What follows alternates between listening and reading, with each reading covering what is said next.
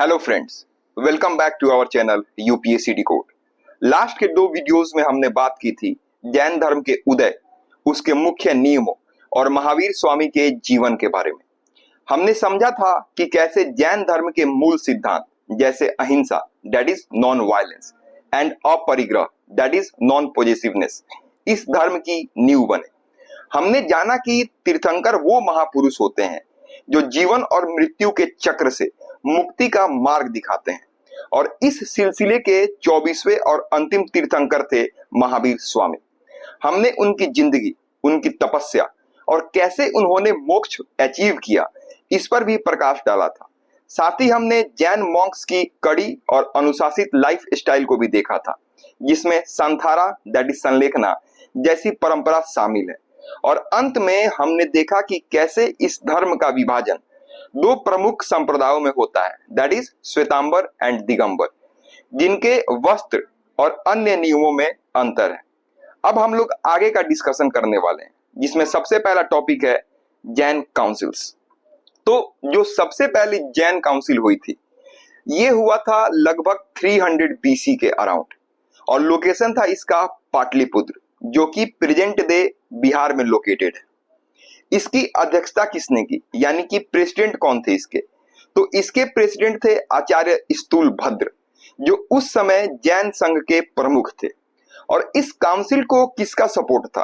तो चंद्रगुप्त मौर्य का इस काउंसिल का सपोर्ट था, जो उस समय एक पावरफुल एम्पेरर थे। ऐसा माना जाता है कि उन्होंने इस परिषद को एनकरेज किया था। तो ये हुआ कब था? तो लगभग 300 बीसी में, यानी आज से लगभग 2300 साल पहले।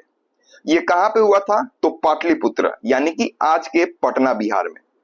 और आखिरकार ये काउंसिल हुआ क्यों था?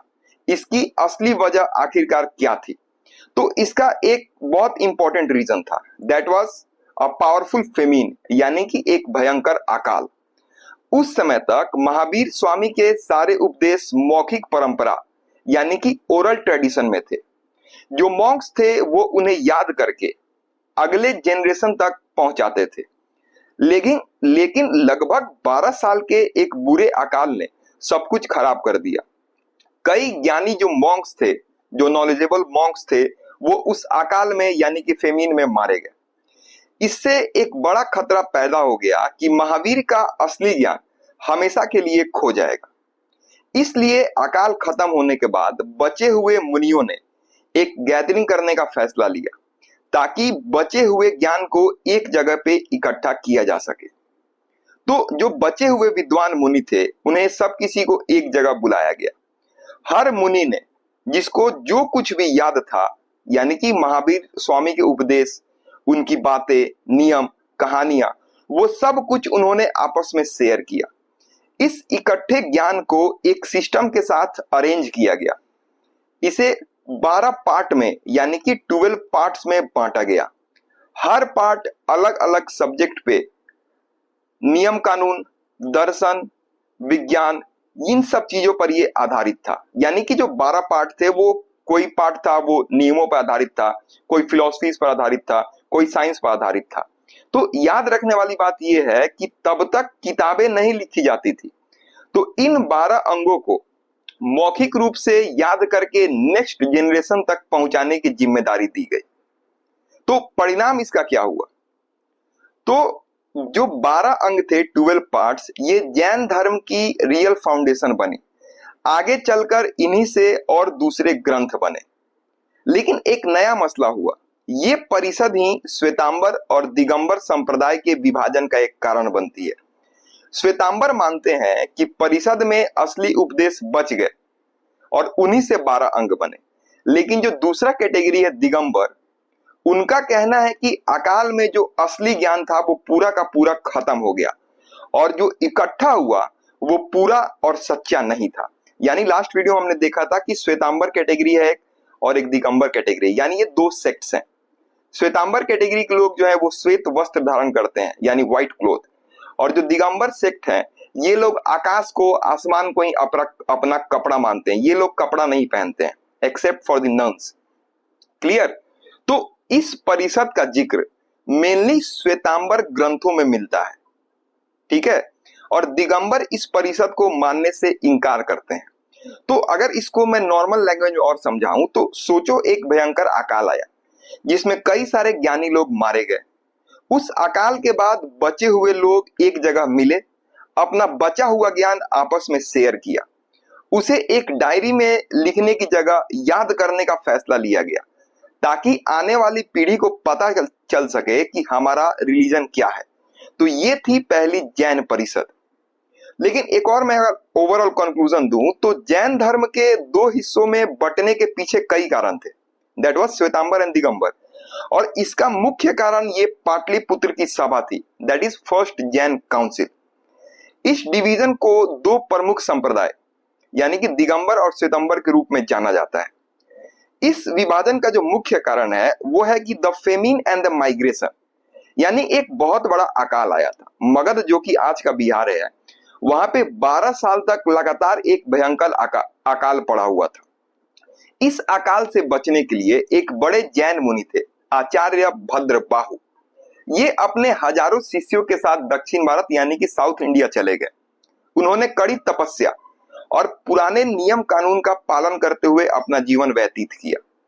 वहीं दूसरी तरफ एक और प्रमुख जो मॉन्क थे, इंपॉर्टेंट मॉन्क, वो थे आचार्य स्थूलभद्र, जिन्होंने इसका जो फर्स्ट जैन काउंसिल था उसका प्रेसिडेंसी इन्होंने किया था। किसने?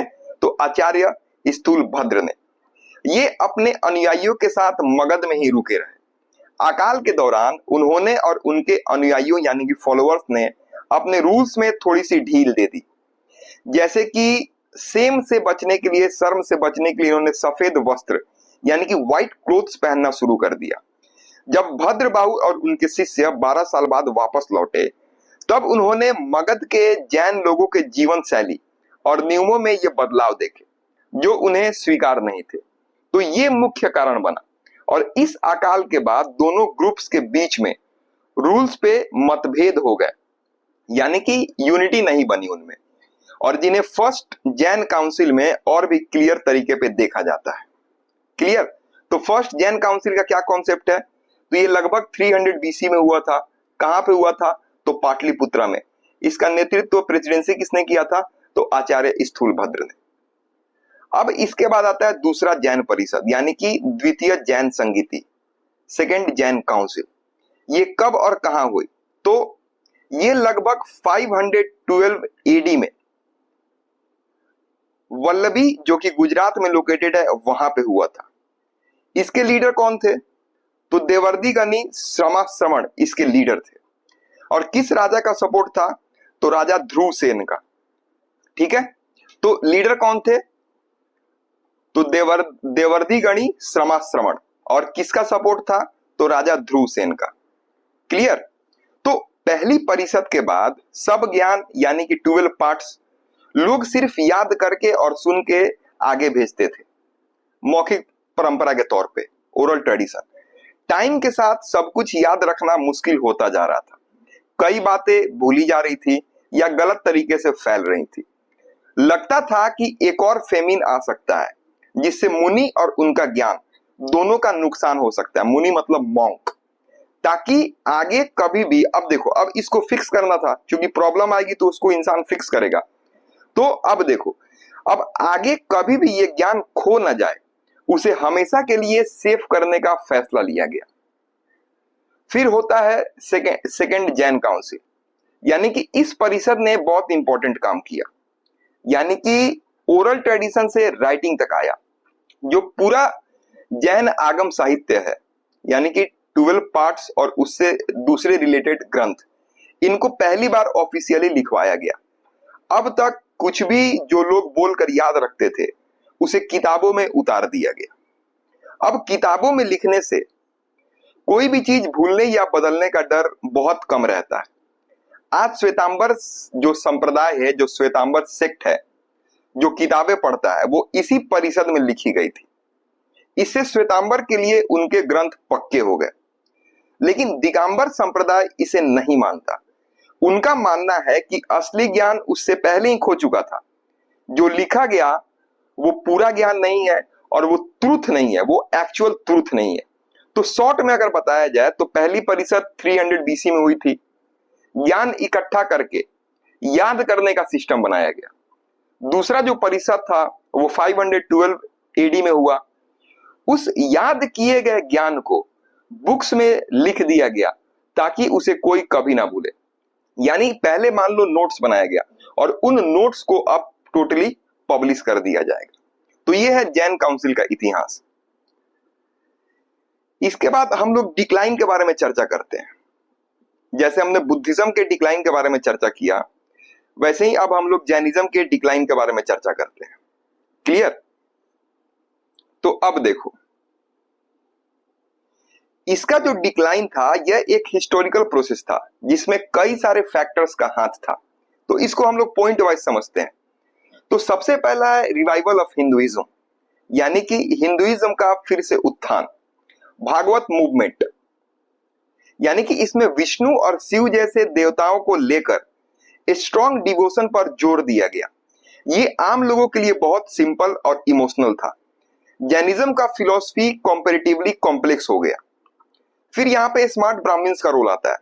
ब्राह्मण स्कॉलर्स ने अपने आप को रिफॉर्म किया और उन्होंने भक्ति मूवमेंट को आगे बढ़ाया। उन्होंने जैन रिचुअल्स और थॉट को भी अपना लिया, जैसे अहिंसा, वेजिटेरियनिज्म, जिससे उनका अलग एग्जिस्टेंस जो था वो कमजोर पड़ा। किसका? तो जैनिज्म का। फिर शंकराचार्य का रोल आता है इसमें 8वीं से 9वीं सेंचुरी के अराउंड, यानी 8 to 9 सेंचुरीज। इस दौरान ग्रेट हिंदू फिलोसोफर ने अद्वैत वेदांत को प्रमोट किया। उन्होंने डिबेट और डिस्कशन के थ्रू ऑल ओवर इंडिया का टूर किया और बुद्धिज्म और जैनिज्म जैसे राइवल्स को इंटेलेक्चुअली चैलेंज किया। उनकी वजह से बहुत सारे लोग वापस हिंदुइज्म में आ गए। तो पहला है रिवाइवल ऑफ हिंदुइज्म। दूसरा है इस्लामिक इन्वेजन एंड रूल, यानी कि अब देखो, जैन मंदिर ऑफन वेल्दी थे और उनमें बहुत सुंदर सुंदर स्टैच्यूज होती थी, यानी कि मूर्तियां होती थी, स्टैच्यू। इन्वेडर्स जैसे महमूद ऑफ गजनी, औरंगजेब, इनने मंदिरों को तोड़ना, लूटना और मूर्तियों को तोड़ना अपना टारगेट बनाया। ठीक है। पैट्रोनोज का खात्मा हुआ, यानी मुस्लिम रूलर्स नेचुरली अपने फेथ को प्रमोट करते थे। उन्होंने हिंदू किंग्स की तरह जैन मॉन्क्स, स्कॉलर्स और मंदिरों को फाइनेंशियल सपोर्ट देना बंद कर दिया। ये एक डायरेक्ट इकोनॉमिक ब्लो था। जैनिज्म एक्सट्रीम नॉन वायलेंस पर बिलीव करता था। उनके लिए वायलेंट इन्वेजन के अगेंस्ट खड़ा होना बहुत ही ज्यादा मुश्किल था, जो कि उनके डिक्लाइन का एक फैक्टर बनता है। क्लियर? फिर उसके बाद इनको एक और हुआ कि राजा लोगों से इनको संरक्षण नहीं मिला, यानी कि loss of royal patronage. Early centuries में जैसे खारवेल यानी कलिंगा और राष्ट्रकूट किंग ने जैनिज्म को बहुत प्रमोट किया था, लेकिन बाद के किंग्स जैसे गुप्ता और चालुक्यास मोस्टली वैदिक हिंदुइज्म को सपोर्ट करने लगे। जब किंग्स ने सपोर्ट करना बंद कर दिया तो रिलीजियस एक्टिविटीज, मंदिर का निर्माण और स्कॉलर्स को एनकरेज करने के लिए पैसा ही नहीं बचा। ठीक है। धीरे धीरे इन्फ्लुएंस कम होता गया। फिर है कि जैनिज्म की खुद की लिमिटेशन, यानी अब देखो, जैनिज्म का जो पैथ है, वो जो रास्ता है वो बहुत ही कठोर है। कॉमन आदमी के लिए अहिंसा को इतने एक्सट्रीम लेवल पे फॉलो करना, जिसमें माइक्रो ऑर्गेनिज्म को भी नहीं मारा जाता है, ऑलमोस्ट इम्पॉसिबल था।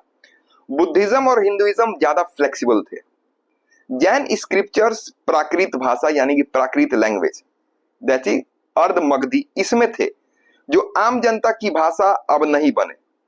ब्राह्मण स्कॉलर्स की भाषा संस्कृत थी, जो उस टाइम की एलिट लैंग्वेज थी। बाद में हिंदुइज्म ने लोकल लैंग्वेज में भी प्रीच करना शुरू कर दिया था।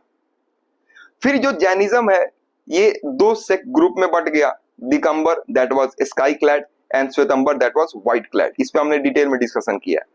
इनमें आपस में ही कंपटीशन था और अलग अलग प्रैक्टिसेस ने कम्युनिटी को थोड़ा वीकन किया। फिर इनका जो स्प्रेड था वो ज्योग्राफिकल स्प्रेड ज्यादा नहीं हो पाया। जैनिज्म मोस्टली वेस्टर्न और central India, that is Gujarat, Rajasthan, Maharashtra, Karnataka, इन तक ही यह सीमित रह गया। बुद्धिज्म जो था इसके उल्टे चाइना, जापान, श्रीलंका, तिब्बत, इन तक बुद्धिज्म ने अपना नेटवर्क बना लिया था। इसलिए जब इंडिया में डिक्लाइन आया तो बुद्धिज्म बाहर सरवाइव तो कर गया, लेकिन जैनिज्म अपने स्ट्रॉन्ग होल्ड्स तक ही लिमिटेड रह गया। तो ओवरऑल कंक्लूजन ये है कि ये कोई डिक्लाइन नहीं था, बल्कि ये एक कॉन्ट्रैक्शन था। ठीक है, यानी कि सही शब्द होगा कॉन्ट्रैक्शन। डिक्लाइन के बदले जो सही शब्द होगा वो होगा कॉन्ट्रैक्शन, यानी कि सीमित होना, लिमिटेड होना। जैनिज्म अपने कोर रीजन में स्ट्रांगली सर्वाइव करता है। उन्होंने अपने यूनिक आइडेंटिटी, प्रैक्टिसेस और वैल्यूज को बहुत अच्छे से बचाया था। इस कारण से यहाँ पे डिक्लाइन शब्द का इस्तेमाल ना करके मैं कॉन्ट्रैक्शन का इस्तेमाल कर रहा हूँ। आज भी जैन कम्युनिटी इंडिया की इकोनॉमिकली प्रॉस्परस और एजुकेटेड कम्युनिटी में से एक है। उन्होंने नॉन वायलेंस, वेजिटेरियनिज्म और कंपेशन जैसे कॉन्सेप्ट को पूरे इंडियन कल्चर पर बहुत ही डीप इंपैक्ट के रूप में दिया है।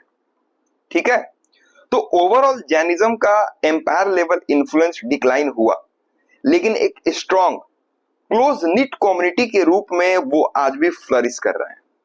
तो जिस कारण से अब इनके लेगेसी पे हमें डिस्कशन करना होगा कि आखिरकार जैन धर्म की लेगेसी है क्या, लेगेसी ऑफ जैनिज्म। तो जैनिज्म की दी हुई जो विरासत है, जो लेगेसी है, अगर इसको सिंपल पॉइंट में समझते हैं तो सबसे पहला है कि नॉन वायलेंस का अल्टीमेट गिफ्ट। ये सबसे बड़ी लेगेसी है। जैनिज्म ने अहिंसा को एक एक्सट्रीम लेवल पे पहुंचाया। उन्होंने सोच विचार में इतनी गहराई से नॉन वायलेंस को एक्सप्लेन किया कि ये आइडिया पूरे इंडियन कल्चर का हिस्सा बन गया। महात्मा गांधी पर भी इसका प्रभाव था। महात्मा गांधी के गुरु श्रीमद राजचंद्र, गोपाल कृष्ण गोखले वाला अलग कॉन्सेप्ट है। ये एक जैन फिलोसफर थे। गांधी जी की अहिंसा और सत्याग्रह के फिलॉसफी पर जैन प्रिंसिपल का बहुत बड़ा प्रभाव था। इससे अहिंसा फ्रीडम स्ट्रगल का मेन वेपन बना। फिर एक और लेगेसी है वेजिटेरियनिज्म को प्रमोट करना, जैसे जैन फूड कल्चर। आपने जैन फूड का टर्म सुना होगा, ये डायरेक्टली जैनिज्म की ही देन है। माइक्रो ऑर्गेनिज्म को भी ना मारने की भावना से उन्होंने root vegetables like onion, garlic, potato, इन सब चीजों को नहीं खाने का कॉन्सेप्ट दिया। उनके स्ट्रिक्ट रूल्स ने ओवरऑल इंडियन सोसाइटी में वेजिटेरियनिज्म को एक मोरल और रिलीजियस वेटेज दिया। आज भी बहुत से लोग वेजिटेरियन हैं, उसमें जैन थॉट का बहुत बड़ा हाथ है। फिर आर्ट और आर्किटेक्चर पे इनका इंपैक्ट है। ब्यूटीफुल टेम्पल्स हैं, जैसे जैन मंदिर पूरे वर्ल्ड फेमस है for their detailed carvings and beauty. Dilwara temple Mount Abu, Palitana temple Gujarat, फिर श्रवण बेलगोला कर्नाटक जैसे प्लेसेस उनके आर्किटेक्चर के लेगेसी हैं। जैन मॉन्क्स और तीर्थंकर की मूर्तियां, दैट इज स्टैचू, बहुत ही डिटेल्ड और पीसफुल है। इन्होंने स्टोन कार्विंग की आर्ट को बहुत ही ज्यादा एनहांस किया। फिर लिटरेचर और लैंग्वेज यानी कि साहित्य और भाषा में भी इनका लेगेसी है। इन्होंने प्राकृत लैंग्वेज को बूस्ट किया। जैन मॉन्क्स ने संस्कृत की जगह आम जनता की भाषा, दैट वाज प्राकृत और अर्ध मगधी, इसमें टीचिंग्स लिखे। इससे लोकल लैंग्वेज को प्रमोट करने में मदद मिली। जैन लिटरेचर में कहानियों, ग्रंथों और फिलॉसफी का बहुत बड़ा ट्रेजर है, खजाना है। क्लियर। फिर बिजनेस एथिक्स और चैरिटी है इनका, जैसे honest commerce, culture of charity. ठीक है, जैसे जैन कम्युनिटी जो है यह फेमसली सक्सेसफुल बिजनेसमैन है। उनका सक्सेस उनके कोर वैल्यूज पर बेस्ड है। Honesty, hard work, non exploitation, trust उनके बिजनेस का फाउंडेशन है। जैन लोग अपनी अर्निंग का एक बड़ा हिस्सा चैरिटी, एनिमल सेंटर, हॉस्पिटल और स्कूल्स के लिए डोनेट करते हैं। ये उनके रिलीजियस प्रैक्टिस का हिस्सा है। साथ ही साथ पर्यावरण बचाव, दैट इज एनवायरमेंटल कंजर्वेशन, यानी कि इको फ्रेंडली लिविंग है। जैनिज्म प्रैक्टिकली सस्टेनेबल लिविंग सिखाता है। उनके प्रिंसिपल को अपरिग्रह, दैट वाज नॉन पॉजिटिवनेस, मतलब कम से कम कंज्यूम करो, वेस्ट मत करो। प्लांट्स में भी जीवों को मानना उन्हें एनवायरमेंट को प्रोटेक्ट करने का प्रेरणा देता है। फिर इनका फिलॉसफी और लॉजिक भी है, जैसे थ्योरी ऑफ रिलेटिविटी, यानी कि अनेकांतवादी यहाँ वाला कॉन्सेप्ट आएगा, यहाँ से रिलेट कर सकते हैं इसको। ये जैनिज्म का सबसे ब्रिलियंट आइडिया है। इसका मतलब है कि कोई भी ट्रुथ एक ही पर्सपेक्टिव से नहीं देखा जा सकता है। Syadvada, like somehow from a perspective, ये टॉलरेंस और ओपन माइंडनेस को सिखाता है। फिर कर्मा थ्योरी है। जैनिज्म ने कर्मा थ्योरी को बहुत डिटेल में एक्सप्लेन किया, जिसका हिंदुइज्म और बुद्धिज्म पर भी प्रभाव पड़ा है। तो ओवरऑल फाइनल कंक्लूजन क्या है? तो जैनिज्म एक छोटी कम्युनिटी है, लेकिन इनका लेगेसी बहुत बड़ा है। आप अहिंसा बोलते हैं, वेजिटेरियन फूड खाते हैं, गांधी जी को याद करते हैं, या फिर इंडिया के ब्यूटीफुल टेम्पल्स देखते हैं, तो आप डायरेक्टली या इनडायरेक्टली जैनिज्म की दी हुई विरासत को एक्सपीरियंस कर रहे हैं। तो सिंपल शब्दों में जैनिज्म ने इंडिया को peace, honesty, beautiful art and a practical way of ethical living का गिफ्ट दिया है। क्लियर? तो वही सारी चीजें मैंने यहाँ पे चार्ट में प्रोवाइड की हैं, जो भी चीजों को मैंने अभी डिस्कशन किया है। तो आप इसको एक्सप्लेनेशन को आराम से सुनना, फिर आपको वीडियो काफी इजीली समझ आ जाएगा। जितने भी डायग्राम है वो सारी चीजें आपको समझ आ जाएंगी। फिर अब ये इसका डिटेल्ड नोट्स मैंने आप लोगों को प्रोवाइड करा दिया है, जो लास्ट के 3 वीडियोस थे हाफ ऑफ आवर के, तो उस सब का डिटेल यहाँ पे मैंने नोट्स प्रोवाइड किया है। डायग्राम भी आपको दिया है ताकि रिवीजन करने के टाइम आपको आसानी हो। आप लेक्चर सुनो, डायग्राम देखो, फिर नोट्स पढ़ो, ऑटोमेटिक चीजें माइंड में आपके फीड हो जाएंगी। अब इसके बाद एक और वीडियो में लाऊंगा जिसमें मैं जैनिज्म के जितने भी टेक्स्ट हैं उस पर डिस्कशन करूंगा, और साथ ही साथ जो बुद्धिज्म के टेक्स्ट हैं उन दोनों को एक साथ मैं आपको अगले वीडियो में प्रोवाइड करा दूंगा। जिसके बाद फिर जो अगला वीडियो होगा उसको लाने से पहले मैं आप लोगों को पूरा stone age, chalcolithic period, Indus valley civilisation, the advent of Aryans, early Vedic age, later Vedic age, 16 mahajanapadas, Buddhism, Jainism, Buddhist text and Jain text, इस पे एक कलेक्टिव टेस्ट में आप लोगों को प्रोवाइड कराऊंगा। मिलते हैं अगले वीडियो में, तब तक के लिए धन्यवाद।